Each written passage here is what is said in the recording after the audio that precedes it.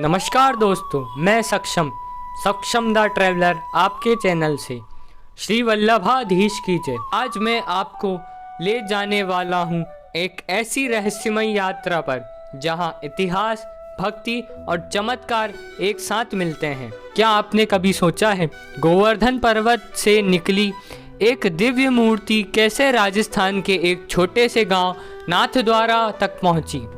क्या उस रथ के पहिए कीचड़ में धंस गए फिर कभी नहीं चले? क्या ये केवल संयोग था या भगवान कृष्ण की लीला?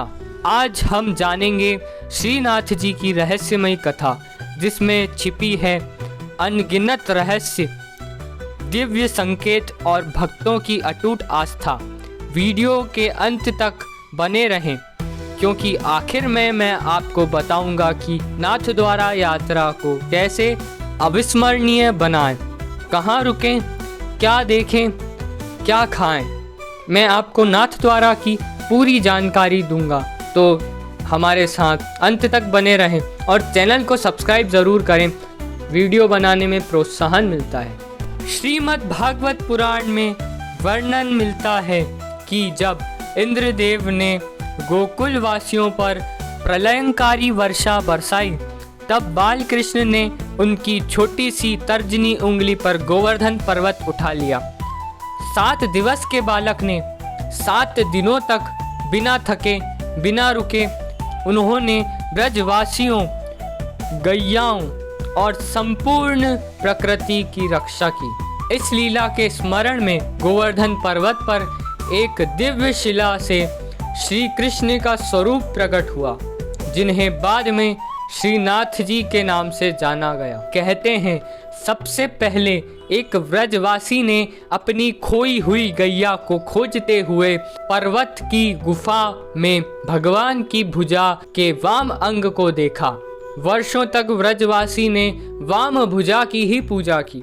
यह भुजा नागपंचमी के दिन दृष्टिगोचर हुई थी, प्रकट हुई थी। फिर एक दिन नंद राय जी की वंशज गाय घूमर रोज उसी स्थान पर जाकर दूध छोड़ने लगी। गाय के मालिक सुधा पांडे ने जब यह दृश्य देखा तो उन्हें भगवान के मुखारबिंद के भी दर्शन हुए। उसी दिन दूर छत्तीसगढ़ में कहीं महाप्रभु श्री वल्लभाचार्य जी का प्रागट्य हुआ। यह संयोग नहीं बल्कि लीला थी। श्री महाप्रभु जी वल्लभाचार्य जी भक्ति आंदोलन के महान संत ने श्रीनाथ द्वारा में पुष्टि मार्ग का केंद्र बनाया, जिसमें संसार को भगवान का ही स्वरूप माना गया। वल्लभाचार्य जी ने सेवा और भक्ति को जीवन का सर्वोच्च लक्ष्य बनाया है, जिन्होंने श्रीनाथ जी की मूर्ति की विधिवत पूजा प्रारंभ की, जिसमें भगवान को परिवार के ही एक सदस्य की तरह पूजा जाता है। जैसे उन्हें स्नान कराया जाता है, वस्त्र पहनाया जाता है, भोजन कराया जाता है व शयन कराया जाता है, भगवान का दिव्य श्रृंगार किया जाता है। वल्लभाचार्य जी के पुत्र श्री विट्ठलनाथ जी ने ही श्रीनाथ जी को श्रीनाथ जी नाम दिया था। उसके पहले श्री वल्लभाचार्य जी श्री विग्रह को श्रीनाथ जी नहीं बल्कि गोपाल पुकारते थे। श्री विट्ठलनाथ जी ने परंपरा को और विस्तार दिया। उन्होंने श्रीनाथ जी की सेवा में संगीत, चित्रकला, पिछवई और 56 भोग जैसे भव्य परंपराओं को जोड़ा। पुष्टि मार्ग में अनुयायियों को आज भी श्रीनाथ जी को अपने जीवन का केंद्र मानना होता है। विट्ठलनाथ जी की यह परंपरा आज भी हमें नाथद्वारा में दृष्टिगोचर होती है। अब कहानी आती है सबसे रहस्यमय मोड़ पर। 17वीं शताब्दी में जब औरंगजेब के आदेश से कई मंदिर व मूर्तियों को ध्वस्त किया जा रहा था, तब ये संकट श्रीनाथ जी मंदिर पर भी मंडराने लगा। मंदिर के सेवायतों ने श्रीनाथ जी को यहाँ से कहीं और ले जाने का फैसला किया। लकड़ी का रथ बनाया गया। श्रीनाथ जी के विग्रह को उसमें विराजमान किया गया। पहले तो आगरा में कुछ दिन श्रीनाथ जी रहे और फिर वहाँ से उनको राजस्थान ले जाया गया। राजस्थान में उदयपुर के राजा का न्योता स्वीकार कर राजस्थान की ओर श्रीनाथ जी बढ़े। जब राजसमंद जिले के नाथद्वारा में कुछ ऐसा हुआ, रथ रुक गया, रथ का पहिया कीचड़ में धंस गया, हाथी लगाए गए, घोड़े लगाए गए, सैकड़ों लोग लगे, लेकिन रथ टस से मस नहीं हुआ। फिर संतों व सेवायतों ने भगवान का इशारा समझा, भगवान यहीं रुकना चाहते। महाराणा राज सिंह ने यह मंदिर बनवाया और तभी से यह स्थान नाथद्वारा के नाम से प्रचलित हुआ। नाथद्वारा अर्थात भगवान का द्वार। श्रीनाथ जी मंदिर में नहीं बल्कि हवेली में विराजमान है। श्रीनाथ जी क्योंकि पुष्टि मार्गीय ठाकुर है तो वह घर में रहते हैं, ना कि मंदिर में, इसलिए वह श्रीनाथ जी उनके घर में यानी कि हवेली में विराजमान है। नाथद्वारा में श्रीनाथ जी का जो विग्रह है वो स्वयं प्रगट्य माना जाता है, जो कि श्री गोवर्धन शिला का ही स्वरूप है।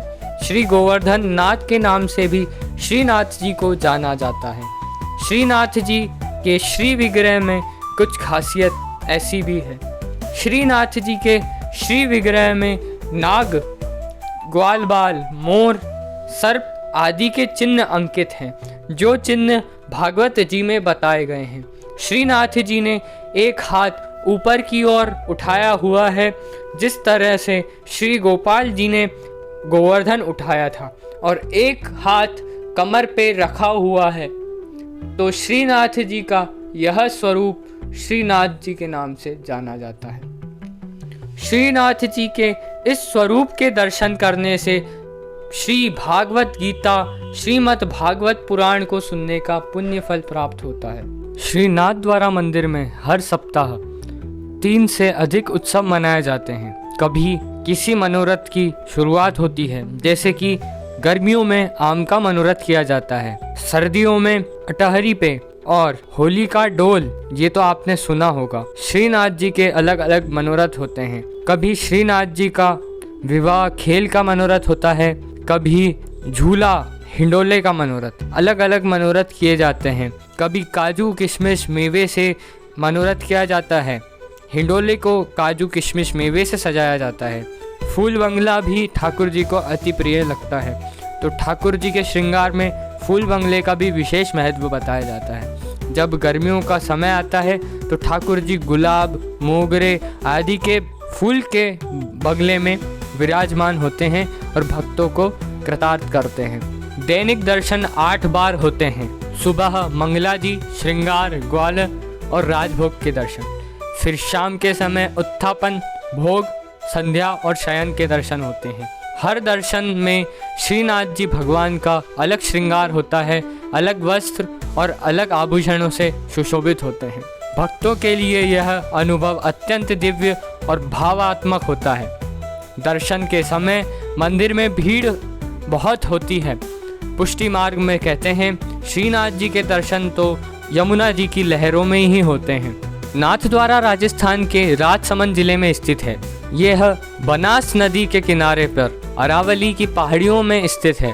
यह उदयपुर से लगभग 45-40 किलोमीटर की दूरी पे है। यहाँ पहुँचने के लिए आपको इन साधनों से आना होगा। हवाई मार्ग, यहाँ का सबसे नज़दीकी एयरपोर्ट उदयपुर में है। उदयपुर नाथद्वारा से 50 किलोमीटर दूर है। महाराणा प्रताप एयरपोर्ट नाथद्वारा का नज़दीकी एयरपोर्ट माना जाता है। यहाँ दिल्ली, मुंबई, अहमदाबाद, बेंगलोर, गोवा आदि शहरों से आपको सीधी उड़ानें उपलब्ध हो जाएंगी। यहाँ के एयरपोर्ट से फिर आप टैक्सी करके नाथद्वारा आसानी से पहुँच सकते हैं। दूसरा, रेल मार्ग, आप रेल यात्रा से भी आसानी से नाथद्वारा पहुँच सकते हैं। रेल मार्ग, Udaipur city railway station Nathdwara का सबसे नज़दीकी रेलवे स्टेशन है। यह करीब 50 किलोमीटर दूर है। यहाँ से आप आसानी से बस या टैक्सी कर नाथद्वारा तक पहुँच सकते हैं। अहमदाबाद, मुंबई, दिल्ली, जयपुर, इंदौर आदि शहरों से सीधी ट्रेनें उपलब्ध हैं। मंदिर के अंदर मोबाइल कैमरा ले जाना अलाउड नहीं है, तो कृपया मोबाइल कैमरा बाहर मंदिर के बाहर के लॉकर में रखें। नाथ द्वारा सिर्फ एक जगह नहीं, एक इतिहास है, भक्ति का, विश्वास का, आस्था का। अगर आपको ये कथा पसंद आई हो तो वीडियो को लाइक, सब्सक्राइब और शेयर करना ना भूलें। क्या आप नाथ द्वारा गए हैं या जाना चाहते हैं, हमें कमेंट में ये भी बताएं। जय श्री कृष्ण।